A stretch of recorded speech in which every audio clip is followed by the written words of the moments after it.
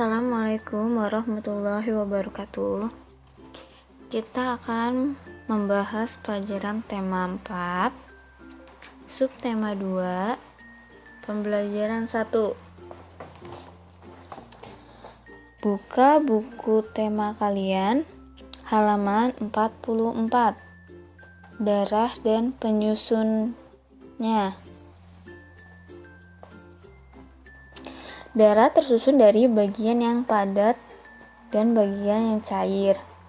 Bagian yang padat terdiri atas sel darah merah, sel darah putih, dan keping-keping darah.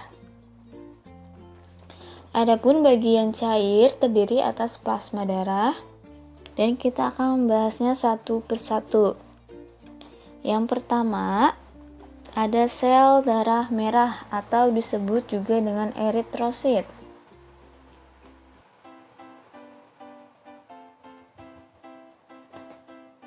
Sel darah merah ini merupakan bagian yang penting dari darah, karena sel darah merah berfungsi untuk membawa oksigen dari paru-paru ke seluruh jaringan tubuh.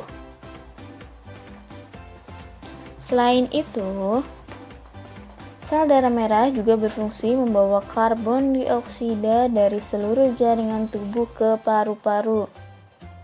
Jadi dia membawa oksigen dari paru-paru ke seluruh jaringan tubuh.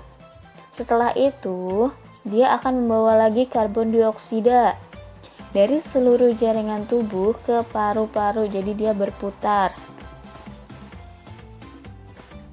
Sel darah merah dapat mengikat oksigen dan karbon dioksida karena adanya hemoglobin. Setiap sel darah merah mengandung lebih dari 200 juta molekul hemoglobin. Ketika hemoglobin mengikat oksigen, maka darah berwarna merah cerah. Ketika hemoglobin mengikat karbon dioksida, warna darah menjadi merah kebiruan. Jadi, tugas dari sel darah merah ini adalah mengedarkan gas-gas pernapasan, gas oksigen ataupun gas karbon dioksida.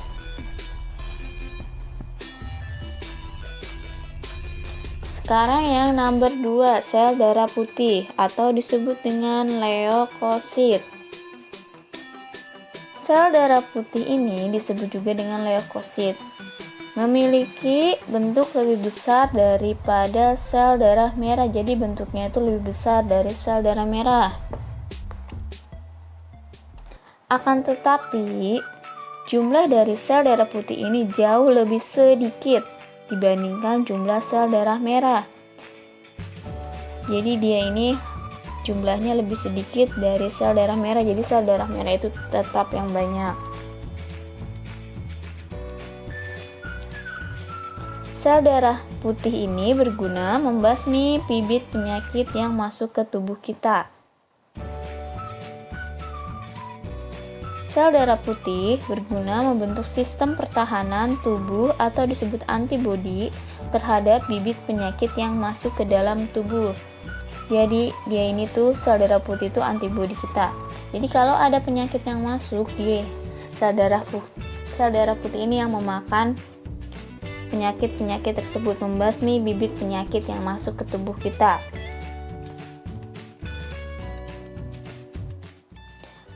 Yang ketiga, ada keping-keping darah atau disebut dengan trombosit.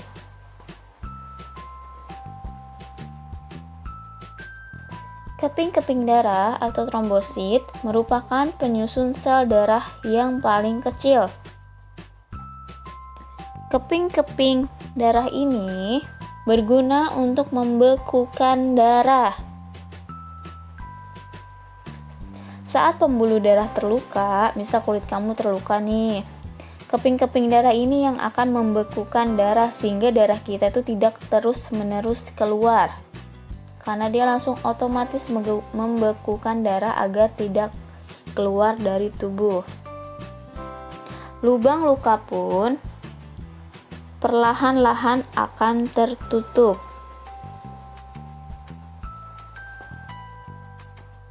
Keping-keping darah juga bekerja sama dengan fibrinogen yang terdapat dalam plasma darah.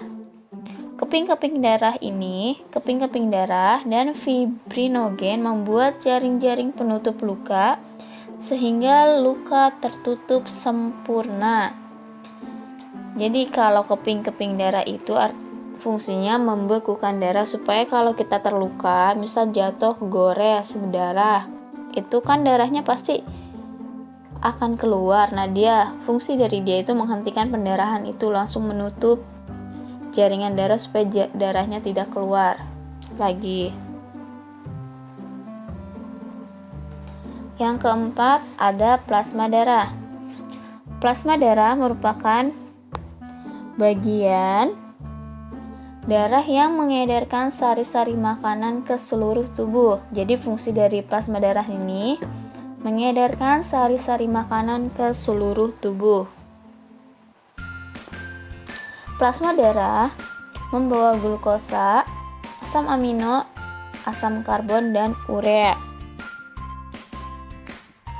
Hampir 6-8% dari plasma darah adalah protein. Oleh karena itu, plasma darah berwarna kuning pucat. Beberapa dari protein tersebut mengandung antibodi. Antibodi inilah yang menghancurkan benda asing seperti bakteri dan virus yang masuk ke tubuhmu. Plasma darah juga mengandung protein untuk pembekuan darah. Nah, tadi itu adalah pengertian dari plasma darah.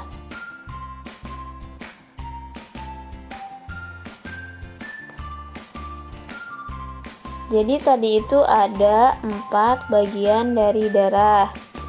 Yang pertama, sel darah merah atau disebut dengan eritrosit.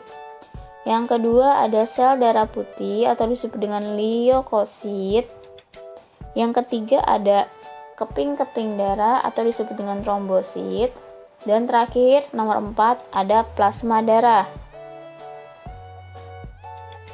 Setelah penjelasan, sekarang kamu kerjakan. Ayo mengisi halaman 45 sampai dengan 46 di buku paket tema. Kerjakan langsung di buku paket. Setelah selesai langsung kirim ke WhatsApp ibu, nggak usah ke classroom. Jadi langsung japri ke WhatsApp ibu ya. Kalau masih ada yang belum paham, bisa langsung tanyakan ke ibu.